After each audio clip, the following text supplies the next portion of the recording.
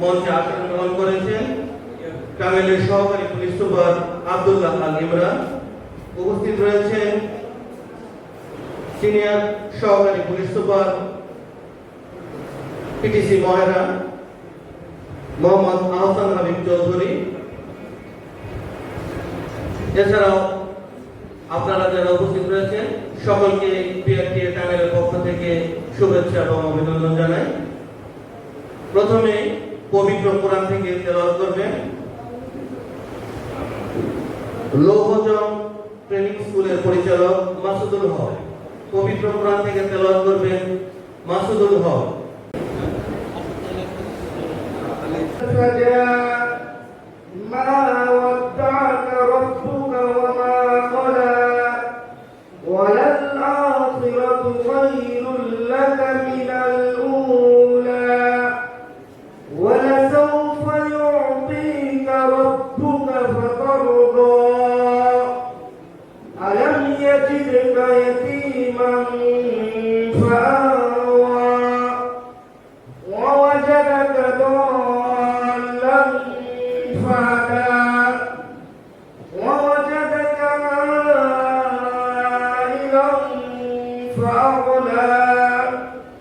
فأما اليتيم فلا تقهر وأما السائل فلا تنهر وأما بنعمة ربك فحدث صدق الله العظيم السلام عليكم ورحمة الله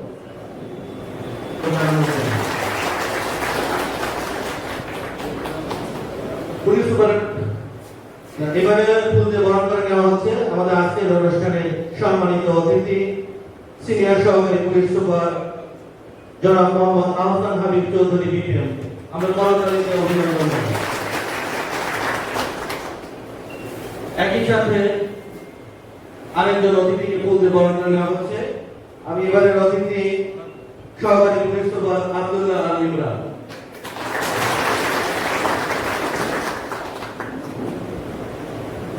সেই সাথে অতিথিদের প্রেস দিয়ে বরণ করে নেওয়ার পালা।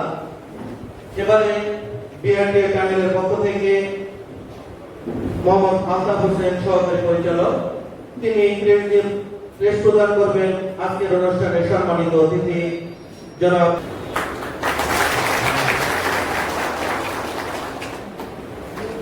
এবারে টাঙ্গাইলের সুযোগ্য পুলিশ সুপারের প্রতিনিধি আজকের অনুষ্ঠানে সম্মানিত অতিথি সহকারী police super Abdullah Al ইমরানকে press প্রদান করছেন বিআরটি টাঙ্গাইলের বিষয় এবং সামনের কাজগুলোকে আরো সামনের দিকে প্রসারিত করার জন্য অগ্রগামী করে তুলবে। ধন্যবাদ সকলকে। অবশ্যই আপনাদের কাজে লাগবে এবং অনুষ্ঠানে যারা উপস্থিত রয়েছে সকলেরই কাজে লাগবে। সম্মানিত উপস্থিতি, এবারে আপনাদের সামনে বক্তব্য রাখবেন আজকের অনুষ্ঠানের সম্মানিত অতিথি সিনিয়র সহকারী police super Mohammad Ahsan Habib Chowdhury BPM. চালকদের রিফ্রেশার কোর্স যেখানে সেই কোর্সের মাননীয় প্রধান অতিথি আরো উপস্থিত রয়েছে বিআরটি এডি মহোদয় এবং সুকণ্ঠী সঞ্চালক মহোদয় এবং আমার সঙ্গে যারা উপস্থিত আছে চালক ভাইরা, আসসালামু আলাইকুম, শুভ সকাল। আসলে যে কথাটা শুরুতে বলেছিলাম তাড়াহুড়া ঘরে ফেরার জন্য আমরা খুব বেশি তাড়াহুড়া করে থাকি।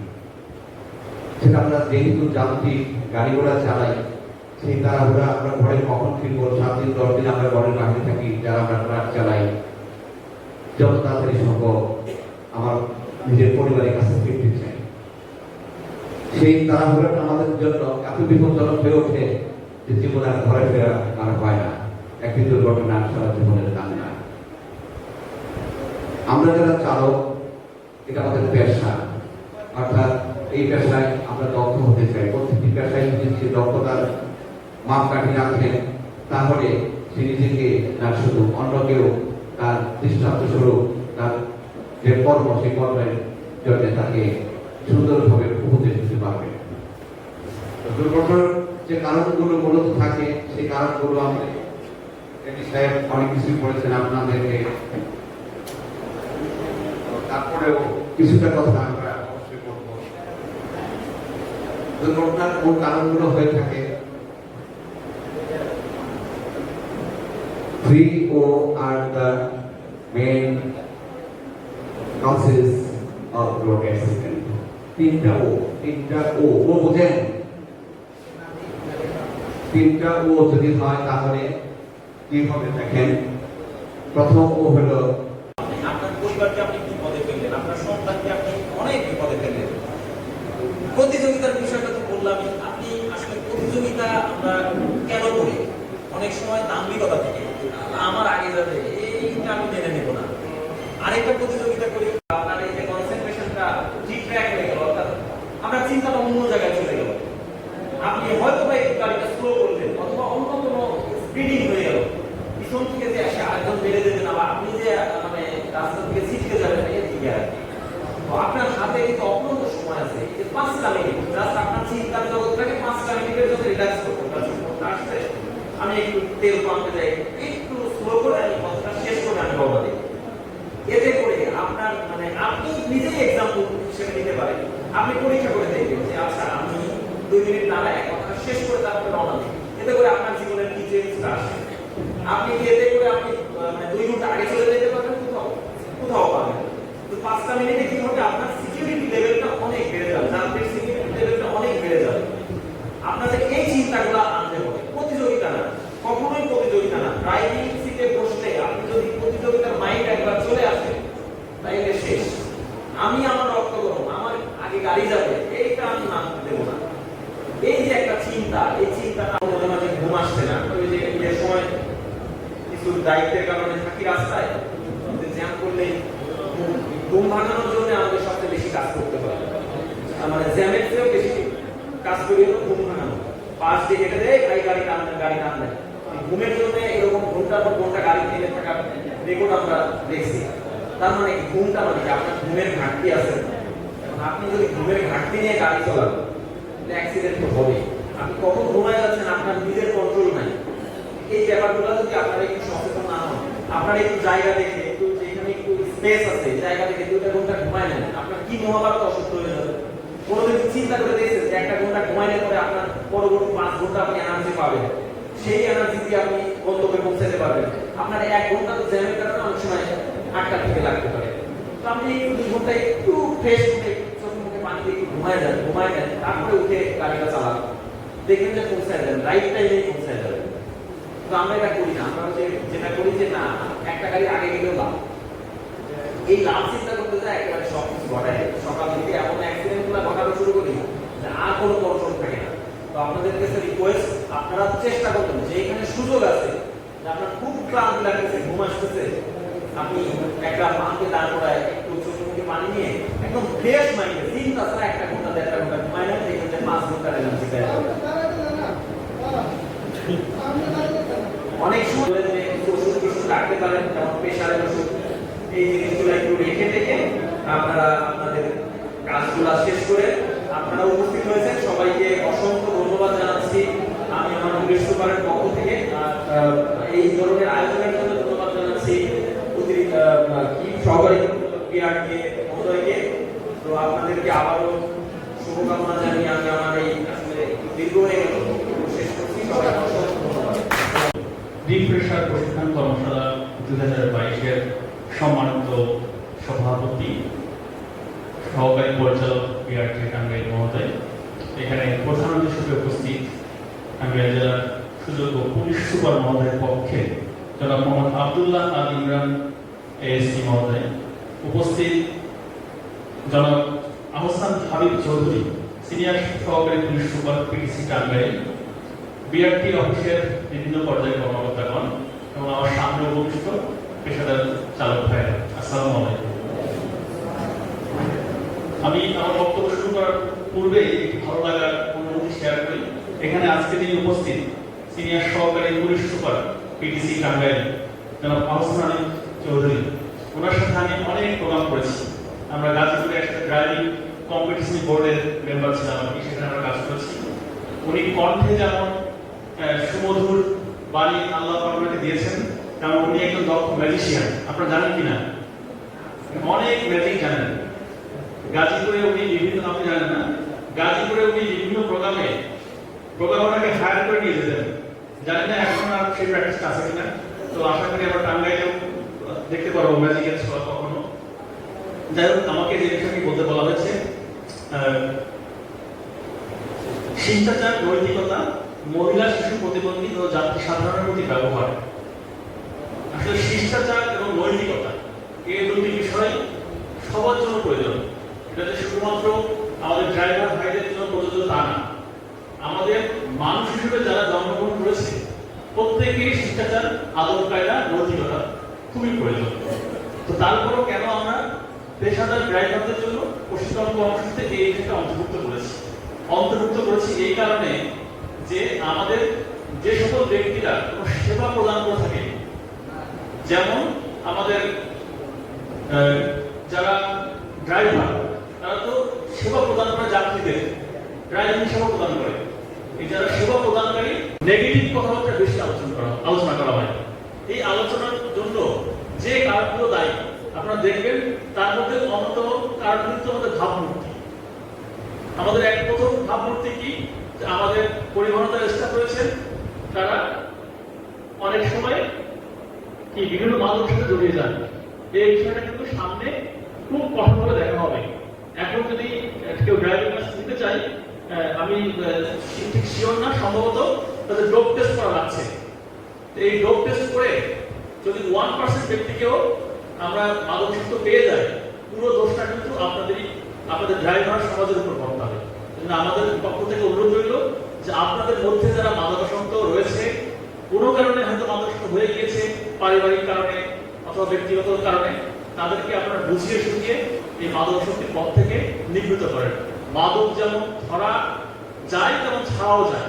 ছাড়তে গেলে লাগে হচ্ছে কি আত্মবিশ্বাস, সচেতনতা বৃদ্ধিমূলক এডুকেশন প্রশিক্ষণ কর্মসূচিতে শিষ্টাচার, নৈতিকতা, নারী, শিশু এবং প্রতিবন্ধী ব্যক্তিদের প্রতি পরিবহন স্টাফের করণীয় বিষয়টি আমাদের ট্রেনিং প্রোগ্রামে অন্তর্ভুক্ত করেছে এবং আমাকে সুযোগ করে দিয়েছে আমাদের সমাজের এত খেটে খাওয়া পরিশ্রমী ড্রাইভার ভাইদের সামনে দাঁড়িয়ে দুটি কথা বলতে পারার সুযোগ করে দেওয়ার জন্য।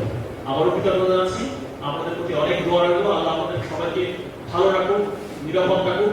আপনার সন্তানেরা আপনাদের যে কষ্ট, সেই কষ্ট ত্যাগ, তার বিনিময়ে প্রকৃত মানুষ হয়ে উঠুক। আমাদের মাননীয় প্রধানমন্ত্রীর যে স্বপ্নের সোনার বাংলা, এই স্বপ্নের সোনার বাংলা সুনাগরিক হয়ে গড়ে উঠুক। সবাই ভালো থাকবেন, সুস্থ থাকবেন। জয় বাংলা। কোন সেফটি, আমাকে নিজের সেফটি থাকতে হবে। কি বলছি, বড় বড় যে ইন্ডাস্ট্রিগুলো আছে, মিল কারখানা যেগুলো আছে, সেগুলোতে লেখা থাকে at first কোন সেফটি, নিজেকে আগে তুমি সংযত করো, বাঁচাও, তারপর অন্যকে বাঁচাও। আমি যদি না বেঁচে থাকি আমার ফ্যামিলিকে বাঁচাতে পারবো না। আমি যদি না ভালো থাকি, অসুস্থ থাকি, বাংলাদেশ ব্যাংক আমার পাশে নিয়ে এসে তারা করে রাখেন, ওই টাকার বন্ধ আমার ভালো লাগবে না। আপনার ওয়াইফ যদি অসুস্থ হয়ে পড়ে থাকে, তাহলে দুনিয়ার যত গহনা আছে সবগুলো তার কাছে রাখেন, গহনা তার কাছে বন্ধ করবে, ভালো লাগবে না। তো সুস্থ শরীর হলো সবার চেয়ে সবার কাম্য, যেটা সৃষ্টিকর্তার কাছে আমরা একটাই কামনা করতে পারি, অর্থ নয়, সম্পদ নয়, কোনো কিছু নয়, সুস্থতা কামনা করি। কেন করি? সুস্থ থাকলে আপনার মূল্যায়ন থাকবে। আজকে অসুস্থ হয়ে যান, পরিবারের কাছে আপনার বোঝা হয়ে যাবে। ঠিক তেমনটি আপনি আজকে চালক, এই চালক যখন আপনি যাত্রী হন, তখন আপনার কাছে কেমন লাগে একটু অনুভব করেন, একটু কল্পনার চোখে দেখেন। দেখতে পাচ্ছেন, চালক যখন হন তখন আপনার গাড়ি চালানোর যে ব্যস্ততা, কাকে সাইড দিবেন না, কে ভিআইপি আছে তার তোয়াক্কা নেই, সামনে একটা মানুষ পড়েছে, একটা হর্ন দিলেন, সে হর্নে সে তার কান ফেটে যাচ্ছে, মানে যেটাকে বলা হয় যে নিষিদ্ধ হর্ন, সেই হর্ন আমরা বাজাই যাচ্ছি অনবরত। পুলিশ আপনাকে সহযোগিতা করবে, কি সহযোগিতা করবে? সারা দেশে তো ঘরে ঘরে পুলিশ নাই, সাপ আছে ভয় পান, কিন্তু সাপের কামড় তো কেউ খান না, দু একজন খান। তাহলে কি সবাই কি সাপের কামড় দিয়ে কি সাপের বিষ বোঝার দরকার আছে?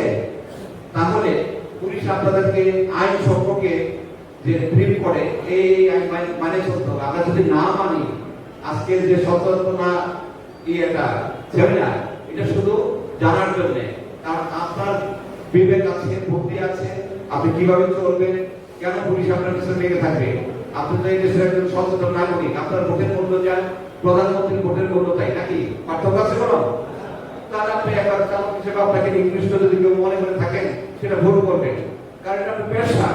এই পেশার দায়িত্ব আছে, এটা সেবামূলক পেশা। আপনি টাকার বিনিময়ে খাদ্য নিয়ে যাচ্ছেন, টাকার বিনিময়ে যাত্রী নিয়ে যাচ্ছেন, আপনি আমাকে সেবা করতেছেন। ডাক্তার যেমন সেবা করে থাকে, সে একটু জ্ঞান করে না কাটিয়ে লেখাপড়া বেশি করে সে আমার আপনার চিকিৎসা করতে সেবা দিচ্ছে। আমি আপনার এখানকার বোঝার চাউল নিয়ে ঢাকায় ফেলছি, সেই চাউল বড় লোকরা খাচ্ছে, গরিবরা খাচ্ছে, মন্ত্রী খাচ্ছে, মিনিস্টার খাচ্ছে। আমার জন্য খুব দুরূহ ব্যাপার। আমি জ্ঞান শূন্য মানুষ, আপনাদের কাদা একজন চালক কাকে বলে? যখন আপনি গাড়ি চালান তখন আপনি চালক, তার বাহিনী কি আপনি মানুষ না নাকি? আপনি তো অবমূল্যায়ন করার কোনো সুযোগই নাই। যেহেতু আপনাকে আমি তুলনা দিয়েছি যে আপনার ভোটের যে মূল্য, সেই ভোটের মূল্য প্রধানমন্ত্রী, সেই মূল্য যদি হয়ে থাকে, আমি নিজেকে ছোট করে কখনো দেখার কোনো সুযোগ নাই। তো আমরা যে সমস্ত সারাদিন অনুষ্ঠান চলবে, ছাত্র আছেন মূল্যবান সময় তাদের আছে, আমরা আরো ছাত্রদের কাছে কথা শুনবো, তারপরে আবার কথা বলার সুযোগ পাবো ইনশাআল্লাহ। আর সর্বশেষে যেটা বলবো যে আমি যখন সার্জেন্টে ভর্তি হই শুরুতে, তখন প্রেসিডেন্ট এরশাদ সাহেবের সাথে আমি ছিলাম, তার পাশে 750টি মোটরসাইকেল চালাইতাম। চালানোর পরে উনি আমাকে 3টা ঈদে ওনার বাড়িতে নিয়ে গেছেন। উনি নিজে গাড়ি ড্রাইভ করতেন, অর্থাৎ নিজে এরশাদ সাহেব জিপ ড্রাইভ করতেন, ওনার গাড়িতে আমি বসে গিয়েছি। তারপর সারা তো লং ড্রাইভ আপনি বলেন বুঝবো না তুমি। এটা হলো যে চালকদের যখন একটা গাড়ি করে চালায়, চোখ কান নাক সবকিছু যতগুলো অঙ্গ আছে শরীরে প্রত্যেকটাকে অ্যালার্ট থাকতে হয়। এই অ্যালার্টনেসের জন্য দুশ্চিন্তা দূরে থাকতে হয়। আর আমরা গাড়িতে প্রথম কি করি, এই ফোনটা ধরে কথা বলতে থাকি। এই কথা যখন বলতে থাকবো, হঠাৎ করে এই ফোনে সবসময় সুসংবাদ আসবে এমন না হতে পারে। আমি একটা গাড়ি স্পিডে চলছে, সেটা 100 কিলো, সেই স্পিডে গাড়িটাকে যখন চালাচ্ছি, কিলো গাড়ি চালাচ্ছি, কোনটা হানি বা এই সেই অনেক গাড়ি পট করে পাঁচটা থেকে খবর দিল তোমার বাচ্চা পানিতে পড়ে গেছে, তখন ব্রেকে পাড়াতে পর এক্সিডেন্ট পাড়া দিব, তাহলে কি হবে? এই যে 30-40 জন লোক জীবন নাশ হয়ে যাবে। তাহলে আপনার বাচ্চা পানিতে পড়ছে, আপনি কি চিটাগাং থেকে বাঁচাতে পারবেন? কখনোই না।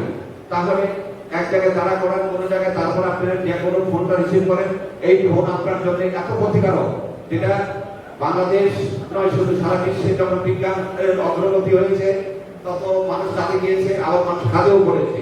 এটা আপনি মনে রাখতে হবে। আপনি যে যানটা চালান সেটা যান্ত্রিক, সেটা আপনার কথা নাও শুনতে পারে, ব্রেক ফেল হতে পারে, এটা হতে পারে, সেটা হতে পারে, অন্য মানুষ থাকলে একটা মানুষ সামনে দৌড় দিতে পারে। শুধু আপনার এই ফোনটাকে একেবারে নিষিদ্ধ যতক্ষণ পর্যন্ত আপনি ড্রাইভ করবেন। ঠিক যেমন থেকে রাস্তায় চলা গণপরিবহনের চালক, তাই তো? তা আমাদের রাস্তায় যখন গাড়ি চালান, আপনাদের মূল কাজ থাকে হচ্ছে নিরাপদে আপনি পণ্য বা যাত্রী বহন করেন, তাদের নিরাপদে তাদের গন্তব্যস্থলে পৌঁছে দেওয়া। তো নিরাপত্তা যখন প্রশ্ন আমাদের কাছে, তখন আপনি সঠিকভাবে গাড়িটি চালাচ্ছেন কিনা, রাস্তায় আপনি ট্রাফিক আইন মানছেন কিনা, এবং আপনি সর্বোপরি আপনি সুস্থ অবস্থায় গাড়িটি চালাচ্ছেন কিনা, এটা হচ্ছে সবচেয়ে বড় ব্যাপার। আপনার নিজের সুস্থতা আগে, কারণ আপনি যদি হুট করে গাড়ি চালানোর অবস্থায় অসুস্থ হয়ে যান, আপনার যাত্রীর জন্য সেটা ক্ষতিকারক হতে পারে, বা আপনি যে পণ্যটি পরিবহন করছেন সেটার ক্ষেত্রে ক্ষতিকারক হতে পারে। তো সেক্ষেত্রে আপনাকে সর্বোপরি সুস্থ থাকতে হবে। এবং আপনারা যখন লং টাইম করে গাড়ি চালান, যারা ট্রাক চালক, তাদেরকে দেখা যায় যে অনেক দূর দূরান্ত থেকে পণ্য পরিবহন করে আনতে হয়। তারপর রাতের বেলা আপনারা ইমরান মহোদয়, সহকারী পুলিশ সুপার টাঙ্গাইল। আরো উপস্থিত আছেন আমাদের সাথে Mohammad Ahsan Habib Chowdhury, BPM senior police super, PTC Tangail. আরো উপস্থিত আছেন বিআরটির কর্মকর্তা এবং আমার প্রাণপ্রিয় গাড়ি চালক ভাই এবং ইলেকট্রিক মিডিয়া ভাই, আসসালামু আলাইকুম।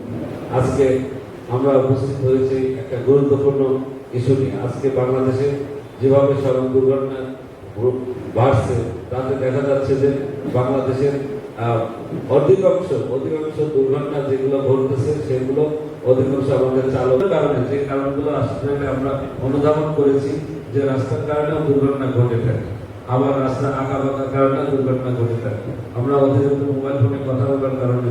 তো জাস্ট সচেতন করার জন্য আজকের এই আয়োজন।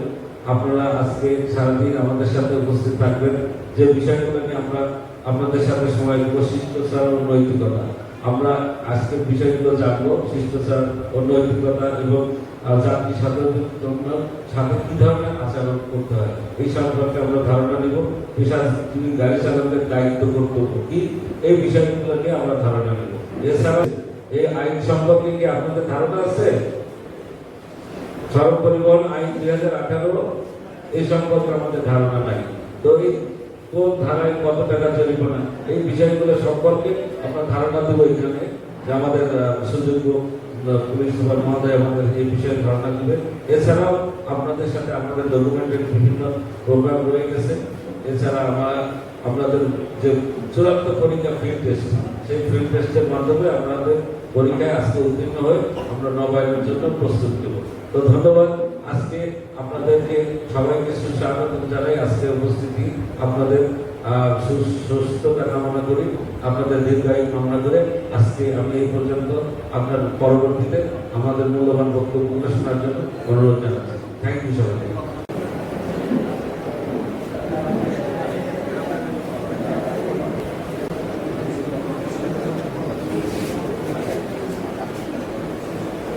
Okay.